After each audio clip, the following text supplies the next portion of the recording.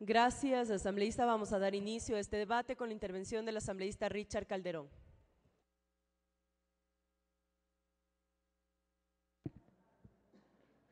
Señora Presidenta, compañeros asambleístas, me voy a permitir realizar algunos aportes a esta importante ley,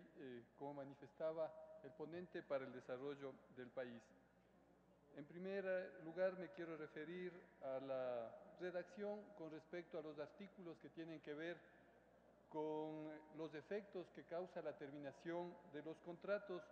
por cualquiera de las causales, incluida la de la terminación del plazo establecido. Resulta que en el inciso 3 del artículo 34 podría interpretarse de una manera no tan clara, en la medida en que al buscar ejecutar las garantías y cauciones, podría interpretarse que únicamente en los numerales 4, 5, 6 y 7 se debería transferir equipos, derechos al Estado. Esto es fundamental aclarar en razón de la importancia que tiene la continuidad del servicio eléctrico para la población y para las actividades que se generan a partir de la dotación de este importante servicio, por lo que se sugiere una redacción más clara en el inciso 3. También quisiera referirme a las causales de caducidad. En el artículo 35, numeral 7, se refiere solamente a acciones, cuando, de acuerdo a la Ley de Compañías y a la Ley de Economía Popular y Solidaria, la participación en los capitales, sea de toda la normativa establecida en la Ley de Compañías como en la Ley de Economía Popular y Solidaria, también se denominan acciones, participaciones, certificados de aportación, por lo que se debe considerar este tipo de denominación también para que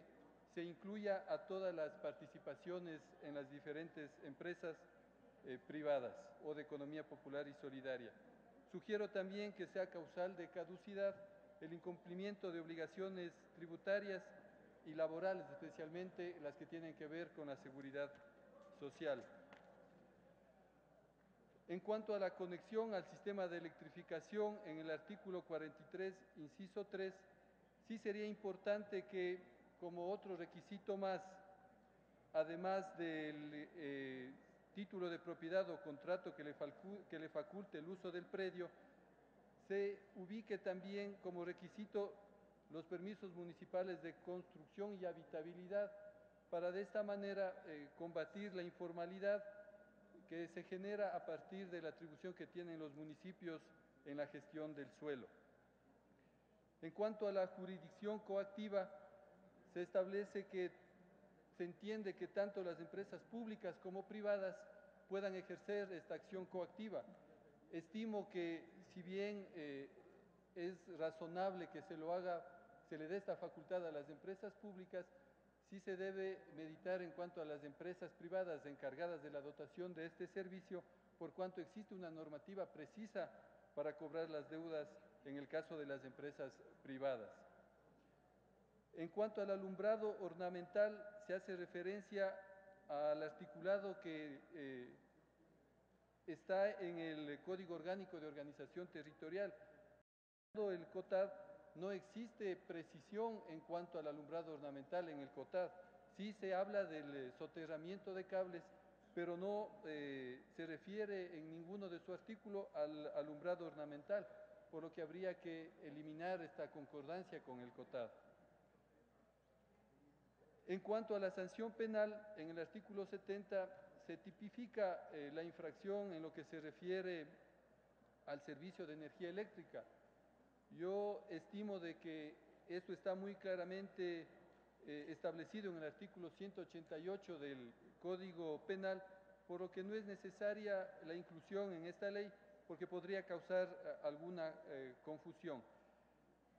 Y en la parte central de mi intervención quisiera darle mayor importancia a lo que se refiere a la participación de los gobiernos autónomos descentralizados en las rentas producidas por la generación eléctrica. En el caso de Ecuador, en la Constitución y en la normativa secundaria, no se clasifica a los recursos renovables o no renovables. pero hay algunas señales, como por ejemplo la disposición transitoria 28ª, que establece ya al agua como un recurso no renovable, en razón de que se indica la participación que deben tener, específicamente se habla de las provincias de Azuay, Cañar, Morona, Santiago y Tungurahua. De ahí que se puede establecer una relación con el artículo 274 de la misma Constitución, en donde se obliga a que el Estado permita la participación de los gobiernos locales en las rentas generadas por el aprovechamiento de los recursos no renovables. Y en este sentido son concordantes también algunos artículos de lo que se indica en el Código Orgánico de Organización Territorial, como el 207 y el 208, que hablan del financiamiento de los recursos provenientes del aprovechamiento de los recursos no renovables. Por lo tanto, buscando la equidad que debe existir con respecto a la participación de todos los municipios del país, se debe considerar en el artículo 56, inciso 5, que no solamente sea el gobierno central el que pueda intervenir o beneficiar a los territorios que tienen influencia de proyectos hidroeléctricos, sino también sean los gobiernos locales, como establece el artículo 274 de la Constitución,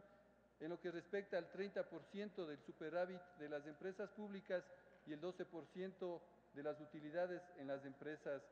privadas. Por lo que, si ubicamos una disposición transitoria que haga referencia a la disposición 28ª de la Constitución, es decir, garantizando que las provincias que hice mención continúen percibiendo los recursos productos de la explotación hidroeléctrica, y considerando que, como se manifestó en la ponencia, existen proyectos en el territorio ecuatoriano, se debe derogar la ley 047 y beneficiar a todos los municipios del país en las rentas generadas por explotación de hidroelectricidad. Sugiero estos aportes, lo haré llegar por escrito también, otros de forma, que me parecen importantes para que en el país se dé una equidad en cuanto a la asignación de recursos por parte del Estado, y más aún cuando están establecidos en la Constitución y en el COTAD. Eso sí, determinando de manera muy clara que las provincias y los gobiernos autónomos centralizados que hoy perciben esas rentas en función de la ley 047, en razón de la disposición que sugiero se establezca, de ninguna manera puedan recibir menos recursos de los que están recibiendo actualmente, por lo que no se perjudicaría a estas provincias del país. Muchas gracias.